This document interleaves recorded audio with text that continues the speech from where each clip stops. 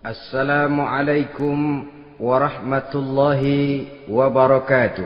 Waalaikumsalam warahmatullahi wabarakatuh. Bismillahi walhamdulillah.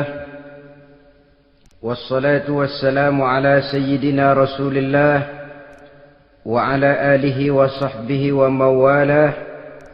La hawla wa la quwwata illa billah, amma ba'du. Saudara-saudara kaum muslimin yang berbahagia, di dalam kehidupan ini kita senantiasa mengambil iktibar, contoh dan teladan dari orang-orang sebelum kita.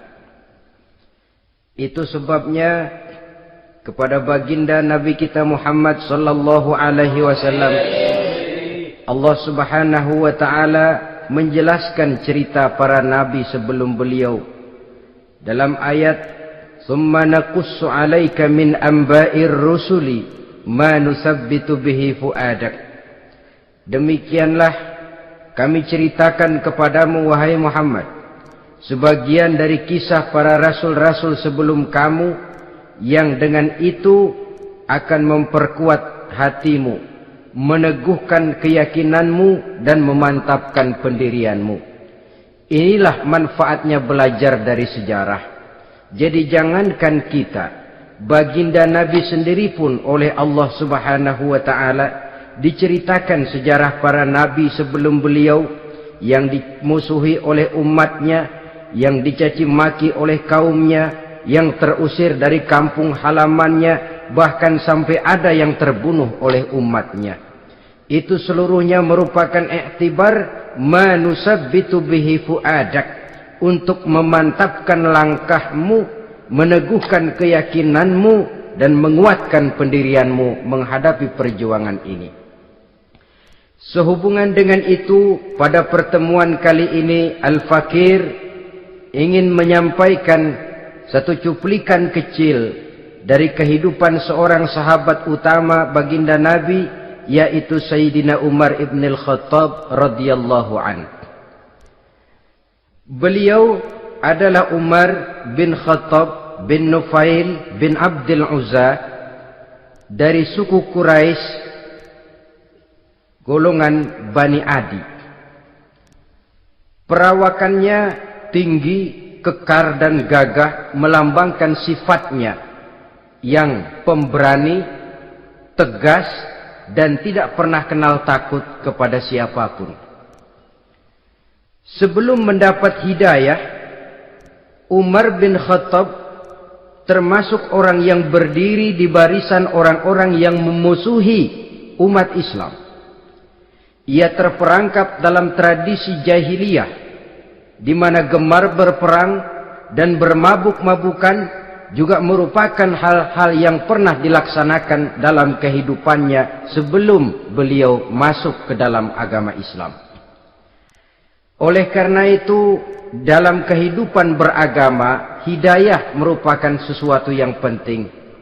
Bagaimanapun banyaknya dosa dan kesalahan yang telah dilakukan oleh seseorang, tidak seharusnya menyebabkan ia putus asa dari rahmah Allah. Sebaliknya, bagaimanapun banyak kebajikan dan kebaikan yang sudah dikerjakannya, tidak perlu membuat dia besar hati, puas, bangga, apalagi menjadi lalai karenanya. Sebab kita belum tahu akan bagaimana ujung perjalanan dari kehidupan kita ini. Saudara-saudara, kisahnya pun masuk Islam merupakan peristiwa yang menarik.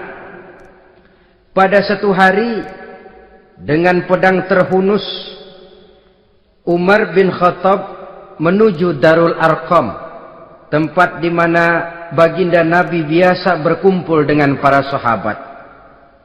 Melihat mukanya yang beringas, matanya yang nanar, orang sudah menyangka dan mengerti ini tentu akan terjadi pembunuhan. Dalam perjalanan menuju Darul Arqam, Umar bertemu dengan Nu'aim bin Abdullah. Nu'aim bertanya, "Ya Umar, mau kemana ente?" "Mau membunuh itu, si murtad itu," kata. "Si murtad yang mana?" Yang mana lagi? Itu yang memecah belah kita, yang menghina berhala-berhala kita, yang menjelek-jelekkan nenek moyang dan keturunan kita. Siapa lagi kalau bukan Muhammad? Kata Nuaim Umar, enggak salah. Tidak salah lagi. Salah Umar. Salah kenapa? Apa kamu enggak malu? Kamu mau pergi membunuh Muhammad, sementara adikmu sendiri Fatimah, dia sudah termasuk salah seorang pengikut Muhammad. Mendengar ini, muka yang memang tadinya sudah marah dan merah, tambah jadi kelabu. Bukan main mangkelnya Umar bin Khattab. Orang lain dia musuhi, orang lain dia kejar-kejar. Ini malah adiknya sendiri menjadi pengikut dari baginda Nabi.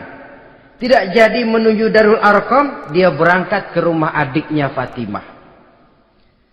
Adapun di rumah Fatimah sedang berkumpul Fatimah, suaminya Sa'id bin Zaid, dan seorang sahabat Habbab ibnul Arad.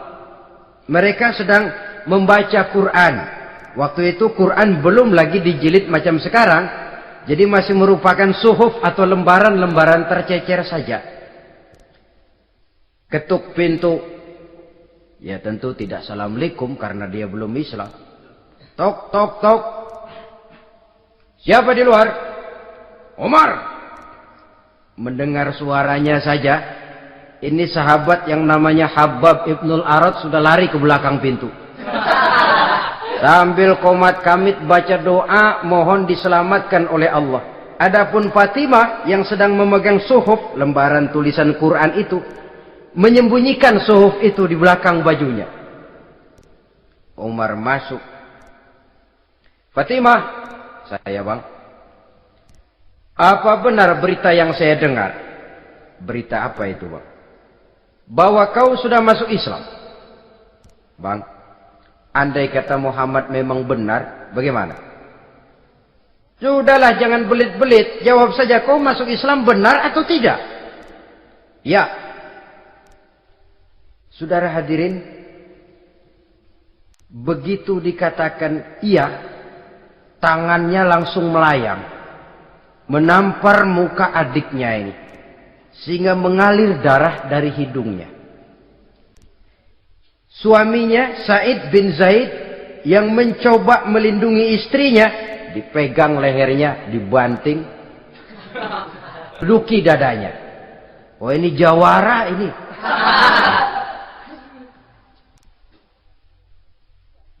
Namun pada saat sedemikian, suara kebenaran terpantul dari mulut Fatimah, adik dari Umar bin Khattab ini. Umar, apakah engkau memukul orang yang bersaksi bahwa tidak ada Tuhan melainkan Allah dan Muhammad Rasulullah? Apakah engkau menganiaya seseorang yang terpanggil untuk mengikuti kebenaran? Manusia macam apa engkau, Umar? Saudara, memang dia orang keras, tapi hatinya mudah menerima kebenaran. Sehingga mendengar kalimat adiknya ini tercenung dia sejenak, melongo, bengong kata anak sekarang. Ini kalau tidak karena keyakinan yang mantap, tidak mungkin orang ini, anak adik saya ini bicara macam begini. Umar, mengapa engkau memukul orang yang bersaksi bahwa tidak ada Tuhan melainkan Allah dan Muhammad Rasulullah? Mengapa engkau pukul orang yang mengikuti kebenaran, menerima hidayah dari Allah? Begitu yakin dan mantapnya, walaupun di tengah satu hal yang sangat menakutkan. Siapa yang tidak takut orang Quraisy berhadapan dengan Umar bin Khattab yang dikenal sebagai singa padang pasir pada waktu itu? Malahan dia termasuk salah seorang jagoan di tradisi masyarakat jahiliyah itu. Ada satu pasar yang namanya pasar Ukaz. Tiap tahun di pasar itu diadakan pesta. Pertama pertandingan syair. Jadi penyair waktu itu jadi kebanggaan. Syair-syair yang menang itu digantung di dinding Ka'bah. Jadi setiap suku akan bangga kalau mempunyai ahli syair yang hebat.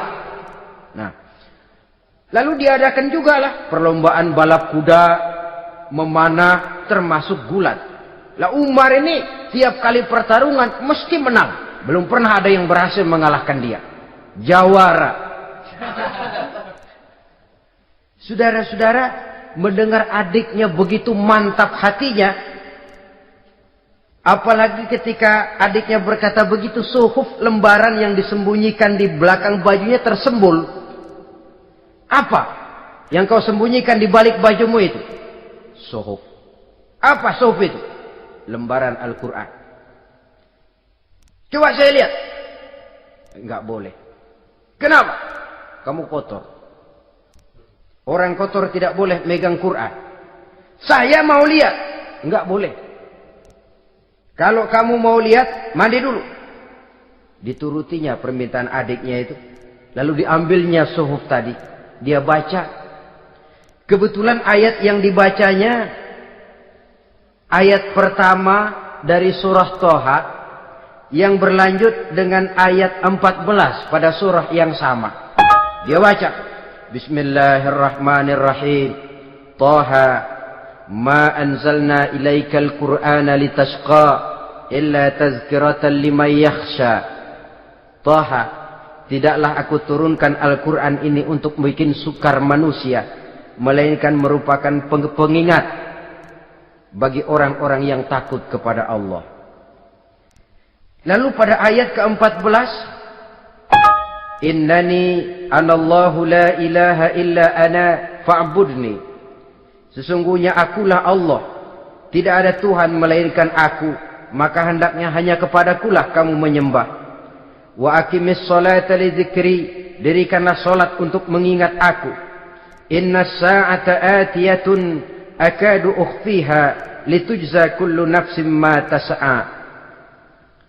Sesungguhnya kiamat itu pasti akan datang, yang sengaja waktunya kami tidak beritahukan kepada kamu semua, untuk kami balas segala setiap orang tentang apa saja yang telah mereka lakukan dalam kehidupan di dunia ini. Setelah membaca ayat ini, gemetar tangannya. Ah, ini sih nggak main-main ini. Ini belum pernah saya baca ajaran semacam ini. Tidak patut orang yang mempunyai kitab suci semacam ini dimusuhi. Ini sesuatu yang benar, tergetar jiwanya. Hei, Fatimah, Muhammad di mana Muhammad? Saya tidak akan memberitahu kepada kamu. Di mana? Saya tidak akan memberitahu. Lebih baik kau bunuh saya kalau memang maksudmu mau mencelakakan Muhammad. Sama sekali saya tidak akan mencelakakan dia, Fatimah. Kasih tahu saja, di mana dia? Darul Arqam. Bergegas dia menuju Darul Arqam. Di dalam Nabi memang sedang kumpul dengan para sahabat. Termasuk ada Sayyidina Hamzah yang juga terkenal jawara juga. Ketuk pintu. Ketuk pintu. Siapa di luar? Umar. Di dalam ini geger sebagian sahabat. Umar datang ini pasti bencana. Umar datang, wah, kalau istilah kampung, kerok dan urusan.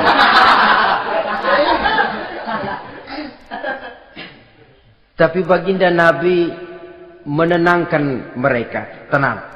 Mudah-mudahan ada hikmahnya. Sayyidina Hamzah tampil. Bukakan dia pintu. Kalau niatnya baik, kita terima. Kalau niatnya tidak baik, saya paling depan. Dibukakan pintu. Begitu dibukakan pintu, Umar masuk merangkul baginda Nabi. Kemudian dengan tersendat, Ashhadu an la ilaha illallah wa ashhadu annaka ya Muhammad Rasulullah. Saya bersaksi tidak ada Tuhan melainkan Allah, dan saya bersaksi bahwa engkau hai Muhammad adalah utusan Allah. Sahabat takbir semua. Allahu Akbar, Allahu Akbar. Kegembiraan meliputi suasana ketika itu. Kenapa? Karena sebelumnya dikala Umar belum masuk Islam, dia merupakan ganjalan yang paling dikhawatirkan oleh umat Islam. Setelah dia masuk Islam, jelas merupakan satu keuntungan yang sangat besar.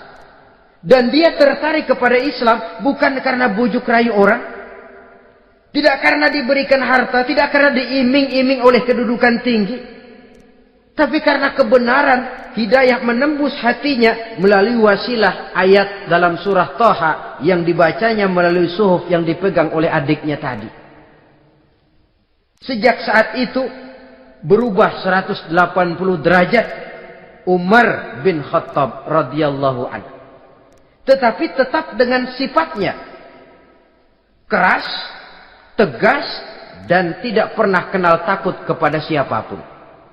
Cuma kalau sebelum Islam, dia kerasnya kepada Islam. Setelah dia masuk Islam, muter arah. Kepada siapapun yang memusuhi Islam, dia bersikap keras, tegas, dan tidak pernah kenal takut. Bahkan setelah beliau masuk Islam, satu hari ketika di Darul Arqam kumpul-kumpul, waktu itu Nabi belum berdakwah secara terbuka karena pengikut masih sedikit. Sayyidina Umar usul, "Ya Rasul, ada apa Umar? Alasna 'alal haq fi mamatina wa mahyana." Ya Rasul, bukankah kita ini berdiri di atas sesuatu yang benar? Bukankah mati kita, hidup kita untuk melaksanakan sesuatu yang benar? Bala ya Umar, betul Umar. Wallazi nafsi biyadih, innakum la'alal haq in muttum wa in hiyitum. Demi Allah Umar, kata Nabi, sesungguhnya kamu dan kita semua berdiri di atas kebenaran, hidup ataupun mati. Setelah mendapat jawaban begini, Umar masuk kepada tujuan pembicaraannya. Izan ya Rasul, fafimal ihtifal. Kalau memang begitu ya Rasul, kalau memang kita yakin kita berdiri di atas kebenaran, kita hidup karena kebenaran, kita mati pun memperjuangkan kebenaran, fafimal ikhtifa. Kenapa mesti ngumpet-ngumpet? Kenapa harus sembunyi-sembunyi? Wallazi ba'asaka bil haq, demi Allah ya Rasul, la takhrujanna wa la nakhrujanna ma'ak. Tuhan harus keluar menyampaikan Islam ini secara terbuka, dan kami akan mendampingi Tuhan dengan segenap jiwa dan raga. Sekali masuk Islam gak tanggung-tanggung. Yang kayak begini ini yang kita perlukan sekarang ini. Begitu masuk Islam, nggak tanggung seluruhnya, jiwa dan raganya masuk Islam. Beliau yang pertama kali mengajukan ide, kenapa harus dakwah sembunyi ya Rasul? Wong kita berdiri di atas kebenaran, memperjuangkan sesuatu yang hak. Kalau kita mati, kita pun mati membela kebenaran. Kenapa mesti fafimal ikhtifa? Kenapa harus sembunyi-sembunyi? Mulai sekarang mari keluar ya Rasul, saya akan dampingi Tuhan, nyawa taruhannya. Saudara hadirin yang saya hormati, selalu dia tempat-tempat yang pernah dia melaksanakan maksiat sebelum dia Islam, selalu dia kunjungi sampai dia berkata, tidak ada tempat yang pernah saya melakukan kesalahan sebelum saya Islam yang harus saya tutupi dengan kebajikan setelah saya Islam sekarang ini. Bahkan ada satu riwayat menjelaskan beliau itu yang tinggi badannya, kekar perawakannya, gemetar orang ngadepin dia. Tapi beliau sendiri sangat mudah gemetar kalau sudah mendengar ayat-ayat Allah. Sehingga ada satu riwayat menjelaskan Sayyidina Umar itu setelah masuk Islam, kalau sholat kadang-kadang bila menoleh ke kanan beliau senyum, bila menoleh ke kiri beliau menangis berurai air mata. Ada orang bertanya, ya Umar, kenapa menengok ke kanan kau senyum, ke kiri kau menangis? Itulah kalau saya ingat jahilnya saya sebelum Islam. Adapun bila saya menoleh ke arah sebelah kanan saya tersenyum, teringat betapa dulu saya membuat berhala dari korma. Saya tumpuk-tumpuk, saya susun begitu.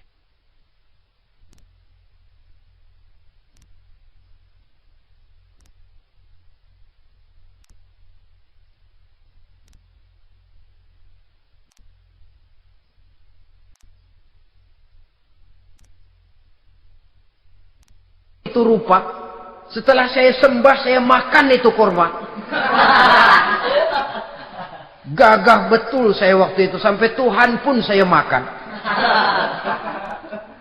Adapun kalau saya menoleh ke kiri, teringat putri kesayangan saya yang terbawa oleh tradisi jahiliyah, takut menanggung aib, merasa malu mempunyai anak perempuan sampai dia terkubur hidup-hidup.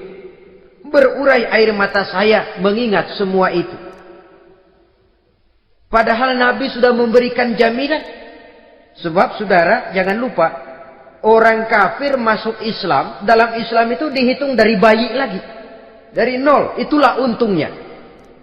Jadi misalnya sudah 60 tahun, dari kecil sampai 60 tahun kafir. Umur 61 masuk Islam. Nah, sejak umur 61 itulah yang dihisab oleh Allah. 60 tahun ke bawah gratis bersih pemutihan. Istimewa betul. Tapi jangan lalu diniatin, gua kafir aja ah. Nanti sudah tua-tua mau giliran mati baru Islam, itu diniatin lain. Ini yang karena faktor hidayah, saudara-saudara. Nah, cintanya kepada baginda Nabi luar biasa. Dalam setiap pertempuran beliau selalu di front terdepan. Bahkan demikian cintanya sampai ketika hari di mana baginda Nabi wafat, saudara-saudara. Disampaikan berita wafat Nabi kepada Umar ini. Ya Umar, baginda Nabi sudah wafat. Kamu ngomong apa? Baginda Nabi sudah wafat. Bukan sedih, nyabut pedang, keluar matanya melotot. Siapa yang bilang Muhammad mati, saya tabas batang lehernya. Begitu cintanya beliau kepada baginda Nabi, sampai-sampai nggak menerima kalau Nabi wafat. Taruhlah nggak bisa mati bersamaan, bolehlah mati beriring-iring saja barangkali maksudnya. Saudara-saudara, cabut pedang, kelayaban kemana-mana. Ayo, siapa ngomong Muhammad mati, saya tebas batang lehernya. Sampai bertemu dengan Sayyidina Umar, Sayyidina Abu Bakar. Di tempat orang banyak, Sayyidina Abu Bakar yang bijaksana ini pidato. Ayuhan nas, man kana ya'budu Muhammadan fa inna Muhammadan qad mata. Wa man kana ya'budu Allah fa inna Allah hayyun la yamut. Wahai manusia, barang siapa yang menyembah Muhammad, maka Muhammad sudah mati. Tetapi barang siapa yang menyembah Allah, Allah akan hidup selamanya dan tidak akan pernah mati. Mendengar pidato ini, Sayyidina Umar sadar bahwa sebenarnya yang tidak bisa mati itu cuma Allah. Bagaimanapun agungnya baginda Nabi, besarnya baginda Nabi, tinggi akhlak budi pekertinya Nabi, cintanya beliau kepada Nabi, toh Nabi manusia. Dan manusia harus mati. Kemudian dibacakan surah Ali Imran ayat 144.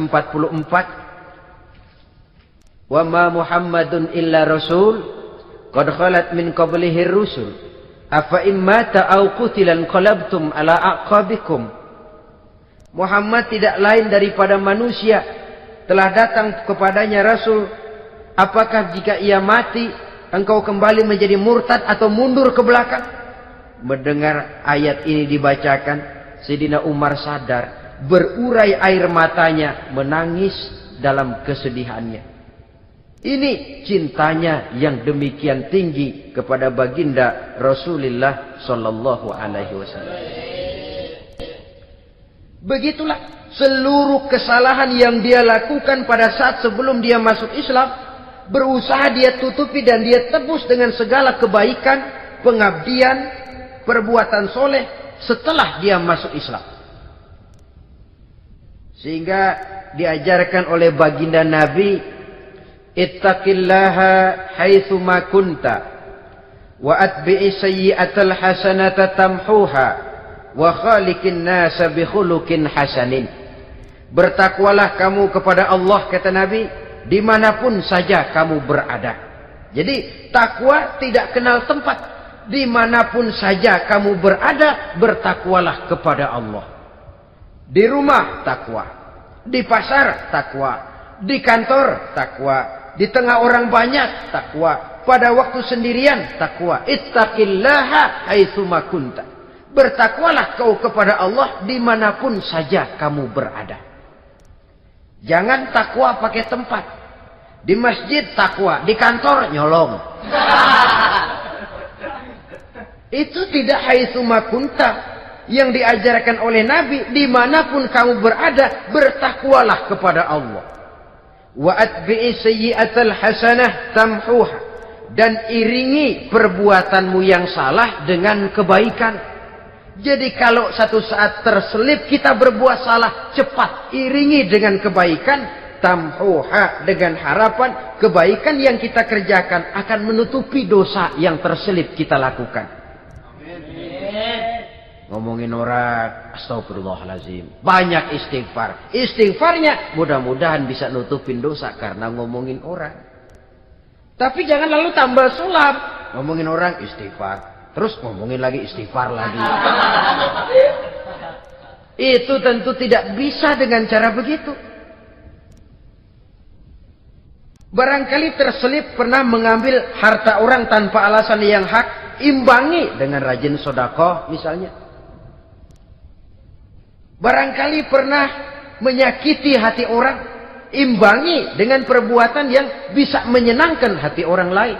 Itu namanya mengiringi perbuatan yang bersifat salah dengan kebajikan. Ini yang dilakukan oleh Sayyidina Umar. Setiap pelosok hampir dia datangi. Tempat-tempat di mana dia pernah melakukan kesalahan sebelum Islam, di sana dia tegakkan kebajikan dan kebaikan. Kegagahannya, keperkasaannya, keberaniannya sepenuhnya bulat-bulat sudah diwakafkan untuk kepentingan Islam. Saudara hadirin yang saya hormati, diperlukan orang-orang yang punya keberanian macam Sayyidina Umar.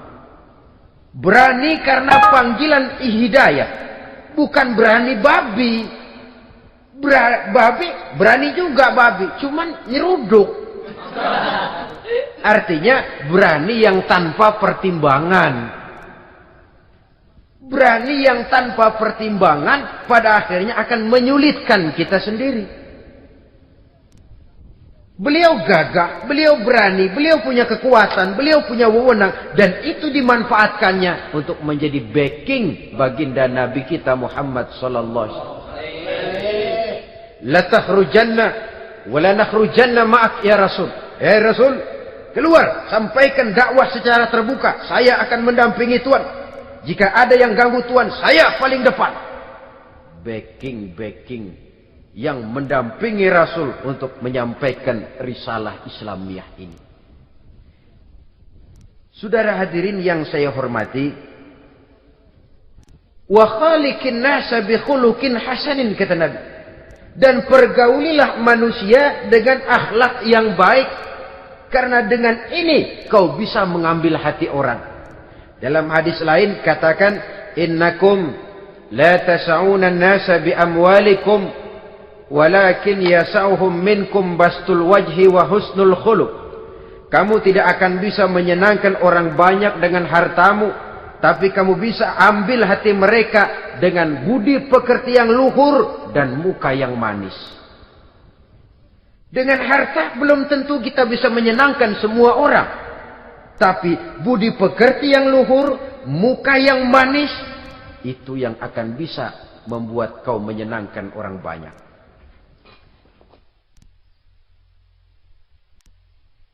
Setelah baginda Rasul wafat, pernah ketika berkumpul, Sayyidina Abu Bakar berkata kepada Sayyidina Umar, "Ya Umar, saya baiat kamu untuk menjadi khalifah." Jawab beliau, "Sayalah yang akan membaiat Tuan. Tapi Anda lebih utama dari saya Umar. Keutamaan saya akan saya berikan kepada Tuan untuk mendukung kekhalifahan Tuan." Di sini kelihatan wataknya yang tidak ambisius.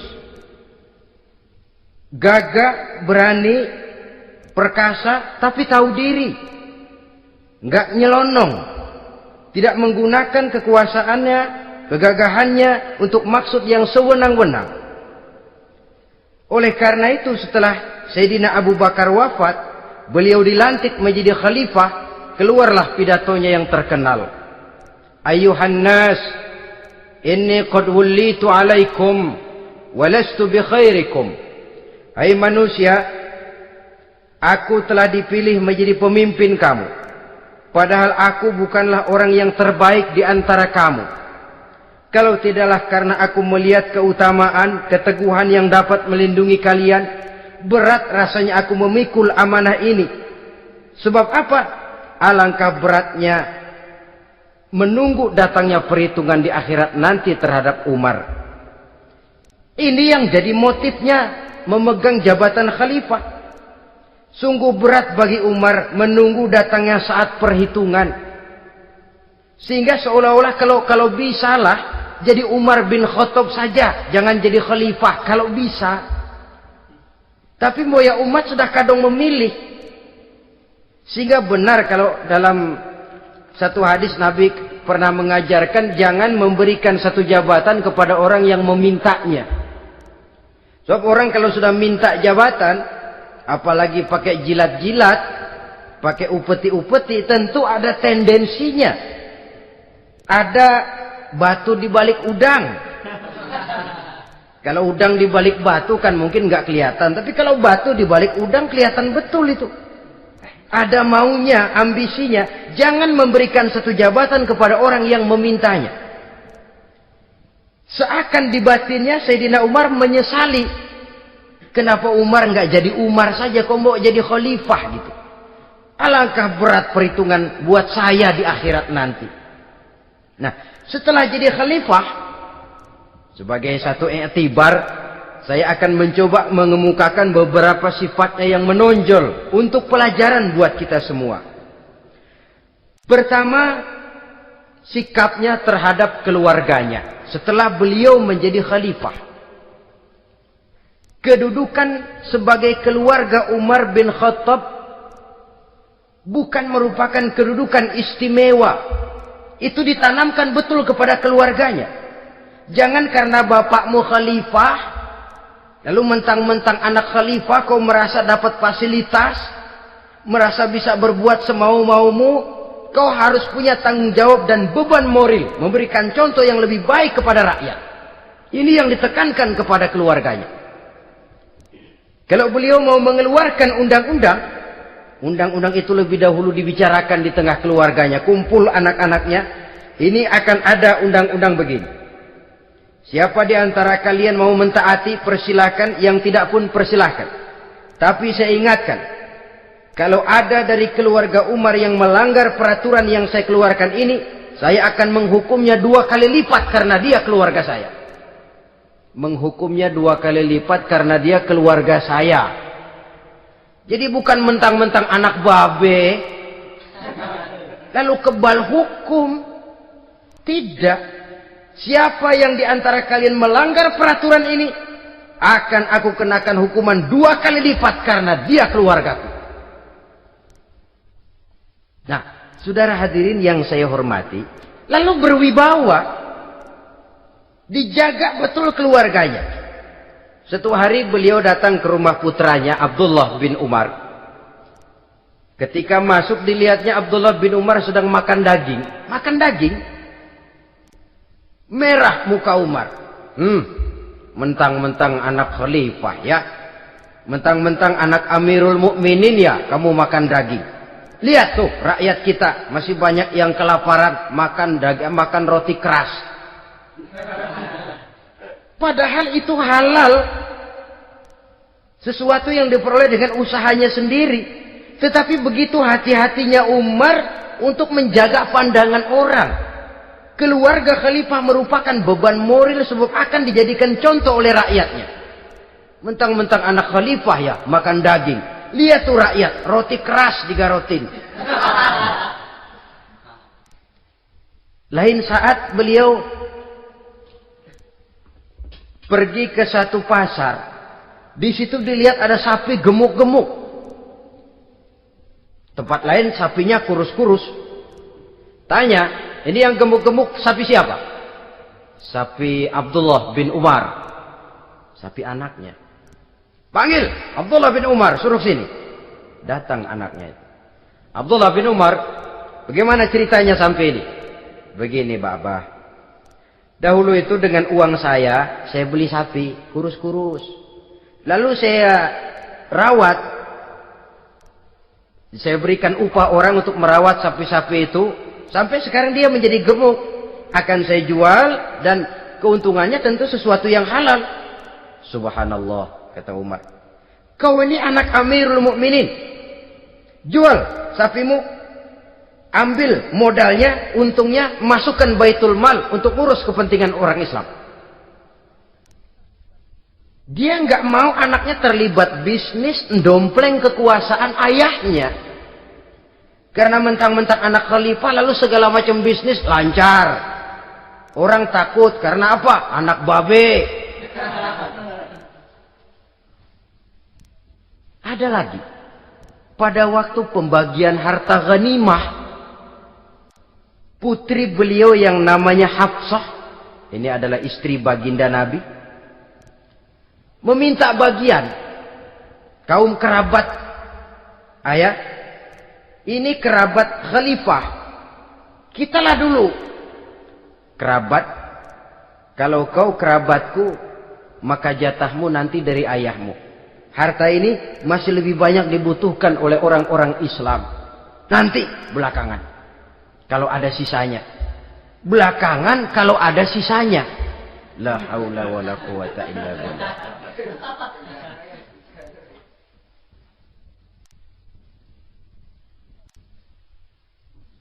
Saudara hadirin, itu terhadap keluarganya.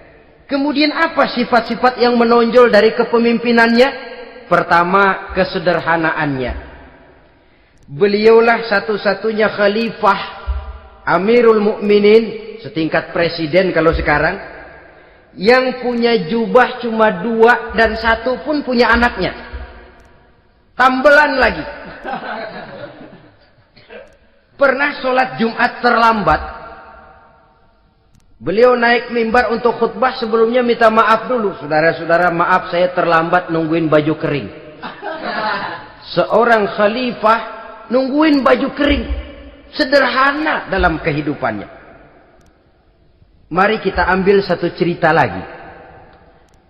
Pada waktu beliau jadi khalifah, yang diangkat jadi gubernur di Mesir adalah Amr bin As. Amr bin As hidupnya lebih mirip kaisar.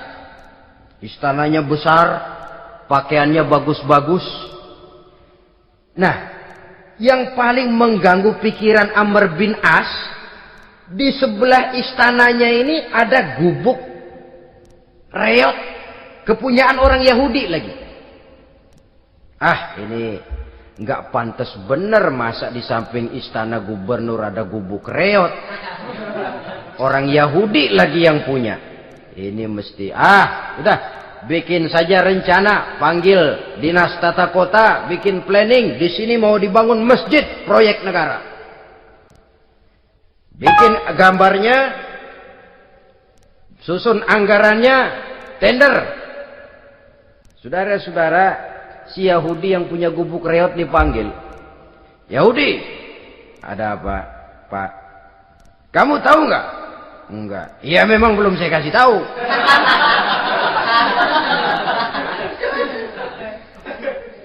Ada apa, Pak? Itu kamu punya gubuk. Tahu? Kena proyek. Proyek apa, Pak? Kami mau bangun masjid besar di situ. Dan tidak sesuai ada gubuk reot di samping tempat gubernur. Jadi maksud Bapak, gubukmu, tanah-tanahnya mau saya bebaskan. Saya beli. Enggak mau, Pak. Saya enggak mau jual. Saya bayar 2 kali lipat. Enggak mau. 3 kali lipat. 6 kali lipat juga enggak mau, Pak. Saya dari muda peres keringat banting tulang cuma segitu-gitunya, Pak, tempat saya tinggal. Gubuk reot sama tanahnya sedikit. Makmur saya, Pak, cuma rumah sama sumur.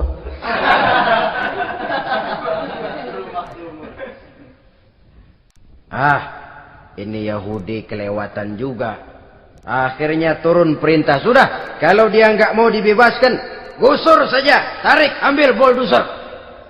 Digusur. Yahudi ini berurai air matanya.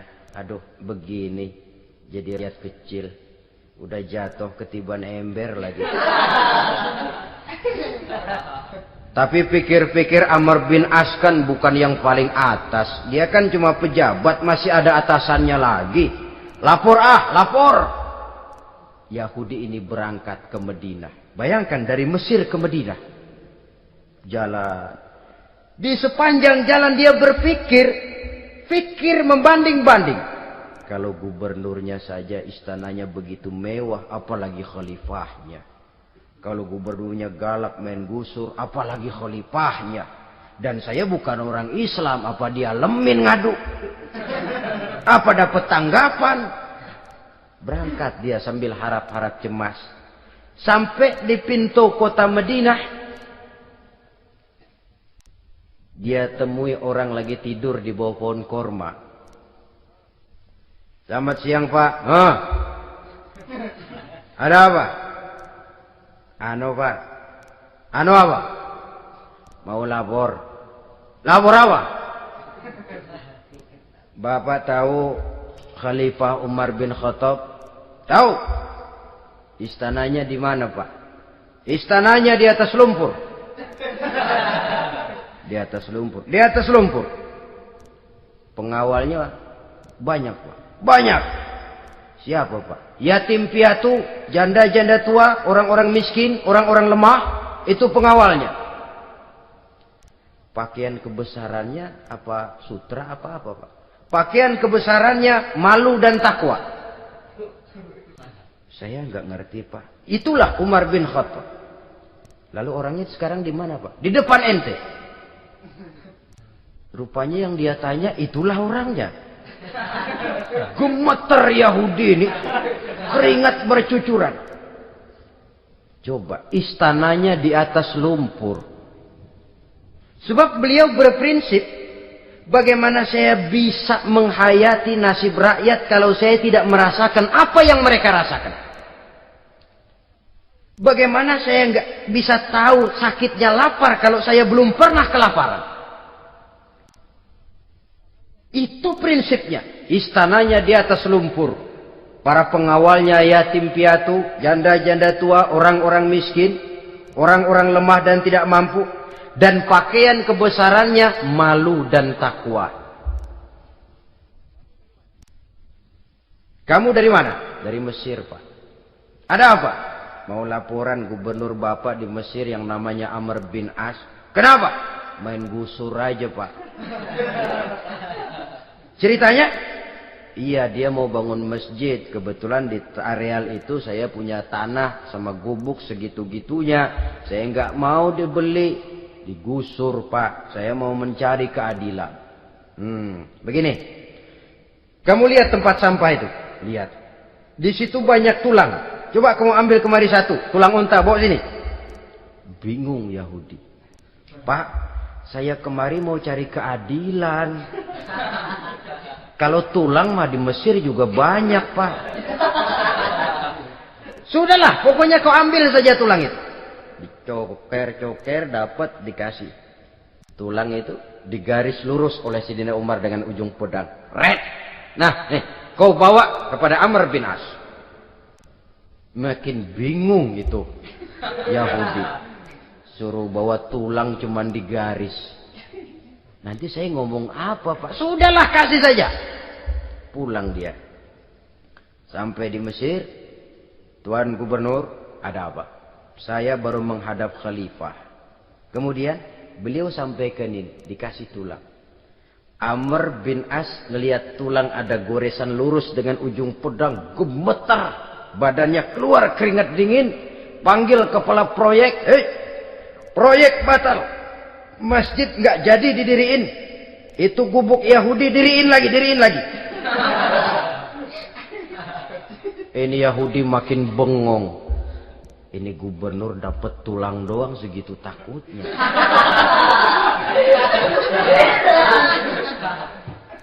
Ada apa sebenarnya Tuan Gubernur? Kamu tahu? Ini nasihat pahit buat saya dari Amirul Mukminin Umar bin Khattab. Seolah-olah beliau bilang, "Hai Amr bin As, jangan mentang-mentang sedang berkuasa ya. Pada suatu saat kau akan jadi tulang-tulang kayak begini. Maka mumpung kamu masih hidup dan berkuasa, berlaku lurus dan adillah kamu seperti lurusnya garis di atas tulang ini. Red. Lurus, adil, jangan bengkok. Sebab kalau kamu bengkok, nanti aku yang luruskan pakai pedangku. Siapa yang nggak ngeper digituin? Sampai akhirnya apa? Kata si Yahudi, Pak, kalau begitu Islam adil ya. Adil. Kalau gitu biarin dah Pak, tanah saya. Mau kamu jual? Bukan saya jual Pak, saya kasih aja dah. Campur gubuk-gubuknya, ambil aja dah.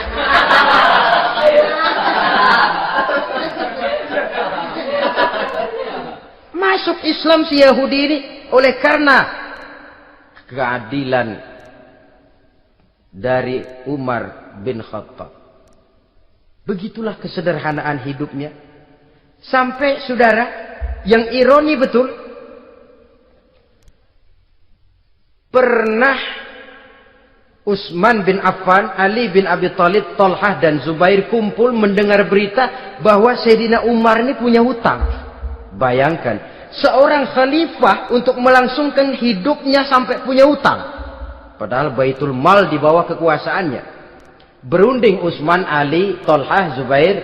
Kalau kita langsung ngomong sama Umar nggak enak dong, dia nggak bakalan terima. Lewat putrinya aja, Hafsah deh. Baik. Hafsah ngomong sama Umar, Abah, kenapa? Bagaimana kalau honor Abah ditambah, ditingkatkan supaya hutang bisa ketutup? Hafsah, saya Abah. Siapa yang nyuruh kamu ngomong begitu? Enggak ada. Ada. Saya tahu ada ini. Kalau enggak ada, kamu enggak mungkin ngomong begitu. Tapi orangnya kalau saya tuntut, mereka mungkin enggak mau. Sekarang saya mau tanya Hafsah, kau kan istri Rasul, betul? Nah, saya mau tanya, suamimu makanannya apa? Daging? Bukan. Roti. Tempat tidurnya kasur empuk? Bukan. Kain kasar yang kalau musim panas kami bentangkan, kalau musim dingin separuh buat tidur, separuh buat selimut. Pakaian yang dibelikan untukmu berapa banyaknya? Cuma 2. Nah, itu guru saya. Orang yang paling saya cintai. Dan itu yang saya ikuti. Bahkan setelah beliau wafat, Sayyidina Umar ini, hutangnya ditanggungkan kepada anaknya Abdullah bin Umar. Dan itu pun dilunasi dengan menjual rumahnya. Sehingga rumahnya itu disebut Darul Qadha, rumah bayar hutang. Begitu kesederhanaannya. Jadi nggak pakai aji mumpung jadi khalifah lalu kayak ikan gurita, tangan yang mana aja megang. Itu kan mental monyet. Monyet itu kan begitu, tangan megang kiri kanan, mulut ngawal, kaki megang, temennya dikasih masih ngerampas juga. Monyet rakus betul itu. Itu kesederhanaannya. Kenapa kesederhanaan ini timbul? Karena sikap zuhudnya. Zuhud itu tarkud dunia li ajlil akhirah. Orang yang mengambil dunia hanya yang diperlukan dengan lebih mengutamakan kehidupan akhirat. Watak zuhudnya yang sangat menonjol. Dialah pahlawan yang paling berani di medan perang. Dialah imam yang paling khusyuk di masjid. Dan tidak jarang kalau sholat sendiri, begitu membaca ayat yang menceritakan neraka, nangis berurai air matanya. Saudara hadirin ma'asyiral muslimin rahimakumullah. Jadi kesederhanaan dan kezuhudan ini bukan lewat teori disampaikan oleh Umar. Bukan lewat penataran seluruh aparat, tidak. Lewat contoh konkret, inilah saya. Contoh sederhana dan zuhud. Bagaimana saya akan bisa merasakan penderitaan kalau saya sendiri tidak pernah menderita? Bagaimana saya akan tahu sakitnya lapar kalau saya belum pernah kelaparan? Maka tanpa penataran, tanpa upgrading segala macam, berhasil karena prinsip keteladanan. Beliau jadi contoh utama. Dan sumber utamanya tentu tidak lain karena contoh dari baginda Nabi besar Muhammad sallallahu alaihi wasallam. 2, sederhana, yang kedua zuhud. Yang ketiga, sifat yang menonjol dari kekhalifahannya adalah adil. Kalau sudah bicara soal hukum, dia tidak pernah kenal kompromi. Adalah seorang pemuka Nasrani masuk Islam. Namanya Jabalah bin Aiham. Ketika dia bikin haji, kain ihramnya keinjak orang Arab yang hitam. Badui. Jengkel. Dia merasa bekas tokoh. Enak aja nih orang udah jelek nginjak lagi. Ditempeleng orang tadi. Orang ini lapor kepada Umar. Panggil Jabalah bin Aiham. Panggil. Kau ditampar? Betul Khalifah. Tampar dia. Tampar lagi. Dipukul orang itu. Di depan Sayyidina Umar. Jadi tidak karena kau ini bekas kepala suku, kau ini bekas orang terhormat, lalu ada kebijaksanaan yang tidak bijaksana.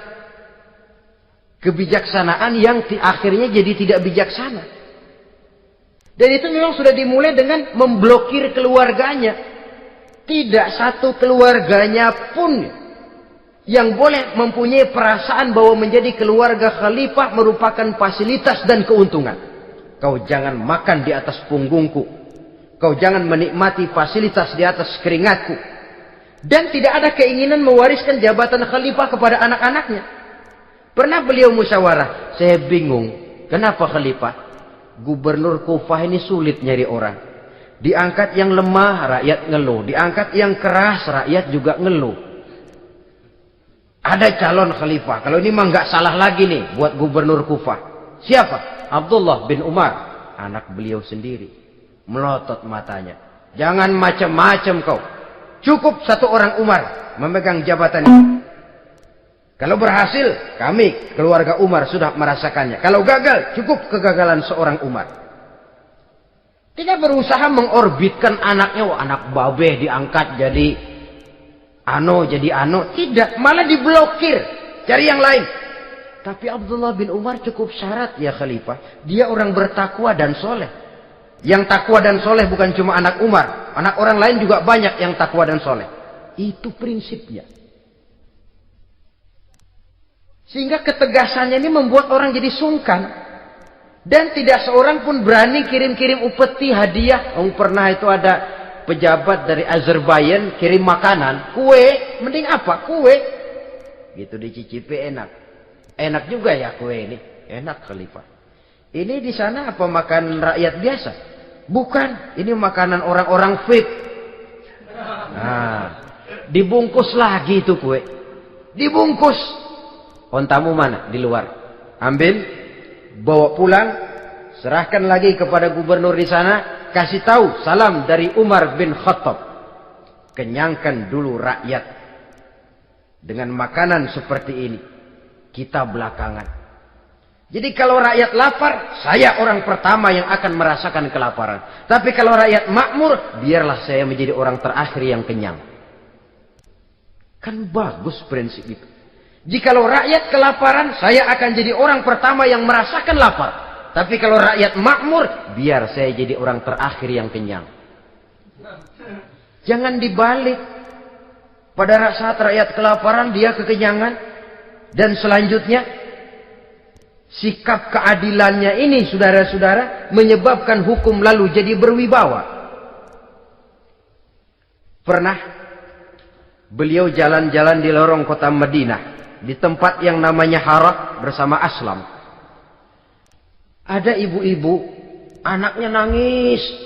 Lapar ma. Sabar, dikit lagi matang katanya. Emang tuh ibu lagi ngerebus. Bunyi, air ngegulak. Luguk. Umar lihati dari jauh. Belum juga matang. Ini anak dari nangis, lapar, sampai capek nangis, sampai tidur. Anak tidur, Umar samperin. Bu, emang masak apa sih kok nggak bisa matang? Saya nggak masak apa-apa tuan. Itu pating kerubuk apa? Ketika dibuka ya cuma air saja. Subhanallah, ibu sudah ngebohongi anak ibu sendiri. Habis harus bagaimana tuan? Saya sudah nggak punya makanan untuk dimasak. Sementara perut nggak kenal kompromi. Jalan satu-satunya, ya terpaksa anak saya bohongi. Saya bilang sebentar lagi matang sampai dia tidur sekarang ini. Memangnya Khalifah Umar gimana sih ngurusi rakyat? Subhanallah, dia orang zalim. Dia yang memegang urusan kami, tapi dia nggak tahu nasib saya. Anak kelaparan, keluarga terlantar. Oh begitu. Iya. Zalim betul Umar bin Khattab itu. Kalau begitu ibu tunggu sebentar. Dia pulang bersama Aslam menuju Baitul Mal. Dia ambil tepung 1 karung, dipikul sendiri. Dipikul sendiri, kata Aslam, ya Khalifah biar saya yang bawa. Jangan. Kenapa Khalifah? Apa kau kira kau sanggup mikul dosa saya di akhirat nanti? Biar saya yang mikul sendiri. Dia bawa ke tempat tuh ibu-ibu. Dia masakin sendiri. Nah bu, sudah matang, persilahkan masak. Makan. Alhamdulillah Tuhan. Tuhan Allah memberkahi Tuhan. Tuhan lebih baik dari Umar bin Khattab yang zalim itu. Memang sebenarnya Tuhan siapa, kata tuh ibu? Saya. Iya. Saya ya Umar bin Khattab yang ibu bilang zalim itu. Gemetar si ibu. Gemetar si ibu. Tapi memang peka dan menghargai kritik orang. Tidak membungkam setiap orang yang nadanya sumbang atau berbeda. Kadang beliau berkata, saya khawatir karena orang terlalu segan dengan saya lalu nggak ada yang berani negur kalau saya salah. Kan begitu biasanya. Karena sudah terlalu segan lalu semuanya orang mau diaminin saja. Asal dibilang nggak benar marah, jengkel. Lalu disingkirin, maunya diiyain, inggih kula nuwun. Oke bos.